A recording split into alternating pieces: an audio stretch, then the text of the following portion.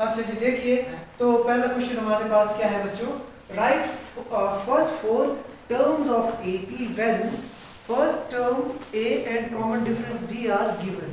ठीक है जी, इसने हमें बोला कि क्या करना है। हमने देखो ये बोलता है ए की वैल्यू कितनी है हमारे पास 10 है और डी की वैल्यू कितनी है 10 है। ठीक है जी, ये बोलता है कि हमें क्या करना है, शुरुआत के 4 नंबर्स को लिखना है। ठीक है, अब a की वैल्यू 10 है तो फर्स्ट नंबर क्या हो जाएगा 10, समझ में आया। अगला नंबर क्या होगा, अगर देखो पहला a होता है तो दूसरा क्या होगा a प्लस d, यही मतलब हुआ ना।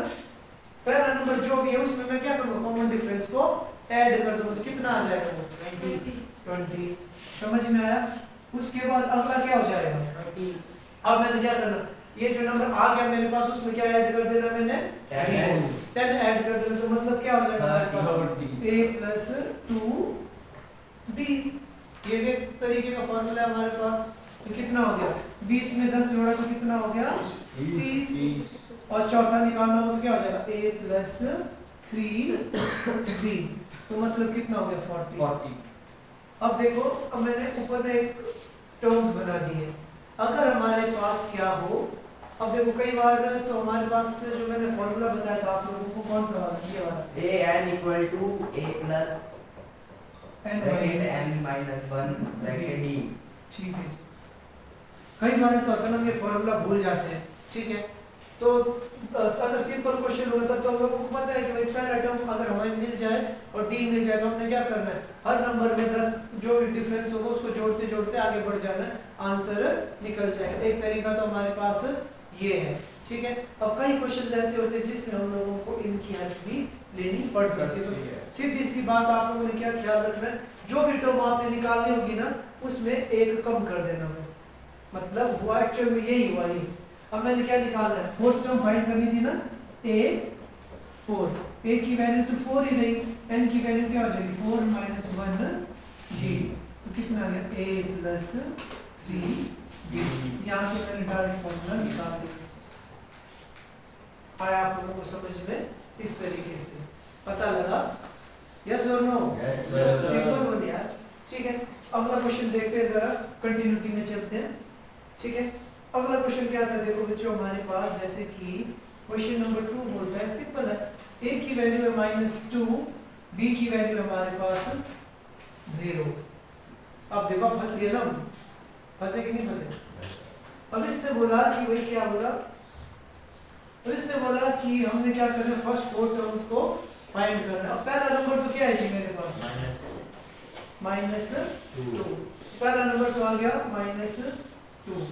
अब उसके बाद अगला क्या होगा -2, कॉमन डिफरेंस ही कुछ नहीं है तो क्या होगा, वही number again and again repeat होता रहेगा।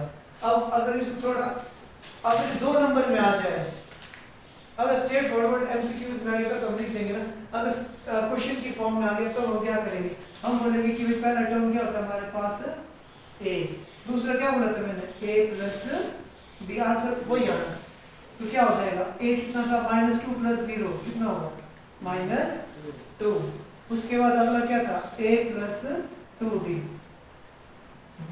0 से किसी भी नंबर को मल्टीप्लाई करो आंसर क्या आएगा हमेशा 0। अगेन आंसर कितना आ गया -2। उसके बाद अगर एक और अगला करूं तो क्या आएगा मेरे पास, again -2 plus 0 into 3 is again 0। आई बात समझ में कि नहीं आई।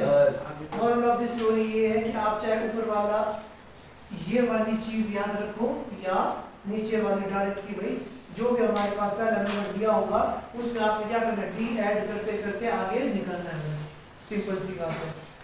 पता लग रहा है सबको कि नहीं लग रहा है सर, इधर लग रहा है, पता लग रहा है ना, ठीक है। तो चलो एक अगला क्वेश्चन देखिए जरा, तो क्या होता है देखो ध्यान से, ये माइनस वाला तो आप कर लोगे, अब मैं करता हूँ अपॉन वाला। ठीक है, तो क्वेश्चन नंबर 3 तो सिंपल है, क्वेश्चन नंबर 4 ट्राई करते हैं।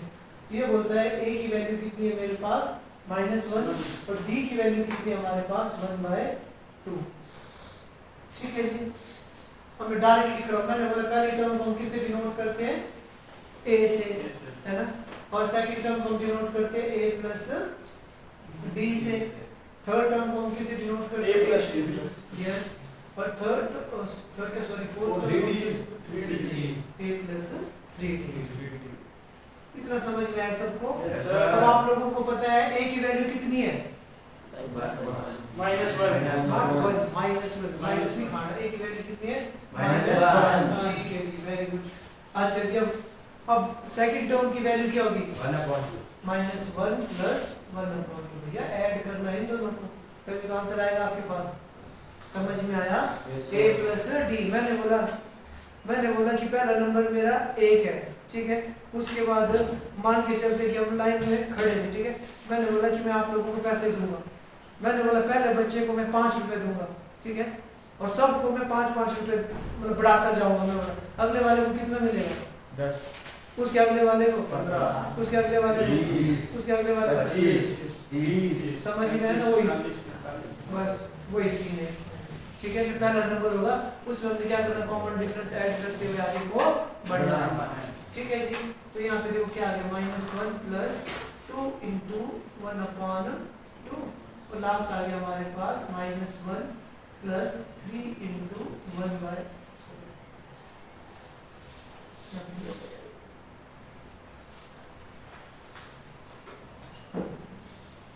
तो कितना है ये देखो हमारे पास -1 प्लस 3 इंटू 1/। बस अब सॉल्व भी तो करना है। एक नंबर का ही हमारे पास एमसीक्यूज एक नंबर में आएगा ही आपके,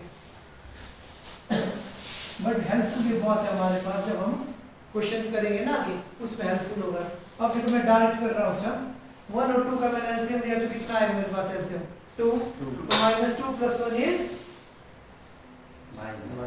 minus 1 नहीं आया समझ में? तो देखो इस साइड वाला कर दिया ना आपने? yes sir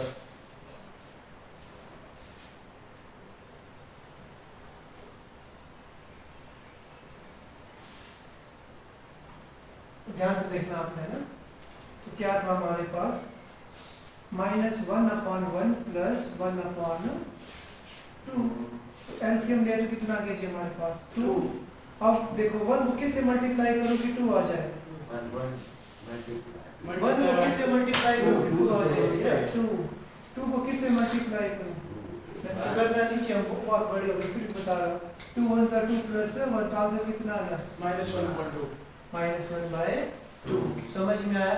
अब अगला देखो, अगला क्या हो गया? 2 से 2 कैंसिल हो गया। -1 प्लस 1 कितना हो जाएगा? -1 प्लस 1 -1 प्लस 1 कितना है आंसर? 0 अच्छा जी लास्ट -1 प्लस 3/2। -1 plus अब देखो क्या करना, -1 प्लस 3/2। अगेन हमने एलसीएम लिया तो कितना आ गया? 2। 1 को किससे मल्टीप्लाई करोगे? 2 आ 2 से जाए। तो ये आ गया -2 प्लस 3। आंसर इज -2/3 1/2 माइनस तेज हो गया। प्लस माइनस 3 में 2 माइनस किया तो कितना बचा? 1 और साइन किस तरह आपके बड़े नंबर। अरे प्लस माइनस माइनस हो गया ना। हाँ जी बिल्कुल हो गया। तो साइन किस तरह? बड़े नंबर का माइनस का 3 नहीं sir sir plus minus minus हो गया ना। हाँ जी, हाँ जी, हाँ जी। तो बचा ठीक है। गया अपॉन में 2 है। हाँ जी सब समझ में है कि नहीं आया? क्लियर है ना? सिंपल सा, इसमें क्या करना है, ठीक है। इसके बाद एक लास्ट क्वेश्चन करते हैं हम। कौन सा? क्वेश्चन नंबर 5 ही है, डेसिमल वाला, ठीक है। डेसिमल वाले में थोड़ी सी प्रॉब्लम हो जाती है हम लोगों को। तो क्या है हमारे पास? देखो a की वैल्यू है हमारे पास -1 पॉइंट। ये चैप्टर इज अभी जो हम कर रहे हैं ना इजी से थोड़ा फास्ट चलो, ठीक है ना। तो d की वैल्यू क्या है हमारे पास? देखो -0.25 आया समझ में? a की वैल्यू कितनी है हमारे पास? 1.2 -1.25। d की वैल्यू -2.5, ठीक है जी। अब मैंने क्या करना है इसे? a की वैल्यू भरनी, उसके बाद a plus b, a plus 2d, उसके बाद a प्लस 3d। a की वैल्यू कितनी है? 1.25 माइनस -1.25। ओके d की वैल्यू कितनी है? देखो -1.25 माइनस प्लस माइनस माइनस 0.5 1.25। उसके बाद अगली कितनी है -1.25 माइनस 2 इंटू 0.25। अब किसी के दिमाग में ये नहीं आ रहा सर यहाँ पे तो ऊपर प्लस का साइन था आपने माइनस कैसे लगा दिया? ये माइनस इसलिए लगा क्योंकि डी की वैल्यू क्या थी हमारे पास नेगेटिव, तो plus minus minus and last one is -1.25 minus 3 into 0.25। ठीक है जी, तो कितना है आंसर देखो -1.25 comma minus minus plus plus आ गया, तो इसको ऐड करने में कितना आ गया आंसर? -1.50। ऐड करना आता है ना सबको, क्या होगा देखो 1.25 लिख दिया मैंने। और हमेशा याद रखना जब कभी भी डेसिमल वाले डिजिट्स को आप ऐड करो तो डेसिमल के नीचे डेसिमल होना चाहिए, डेसिमल से पहले वाला पहले, डेसिमल से बाद वाला बाद में। कितना आ गया 10 5 वाला 1। क्लियर है बात? समझ में आया? सर ठीक है जी। उसके बाद अगला देखो, मैं डायरेक्ट कर रहा हूँ। अच्छा देखो -0.25 मल्टीप्लाई बाई 2 इज 0.50। देखो इसको मैंने क्या किया 2 से मल्टीप्लाई किया तो कितना आ गया जी हमारे पास 2.50 इसको ऐड कर दो तो कितना आ जाएगा 1.75। या सिंपली हमने क्या सोचना देखो, अगर इसमें थोड़ा कैलकुलेशन में प्रॉब्लम हो रही सीधा याद रखो पहले नंबर में क्या ऐड करना है मैंने 0.25 ऐड करूँ तो कितना हो जाएगा 25 का 50 में 25 जोड़ोगे तो कितना हो जाएगा 75 में 25 जोड़ोगे तो कितना हो जाएगा 200। That's it. आई बात समझ लो विदाउट कैलकुलेशन। आया समझ में कि नहीं आया आपको?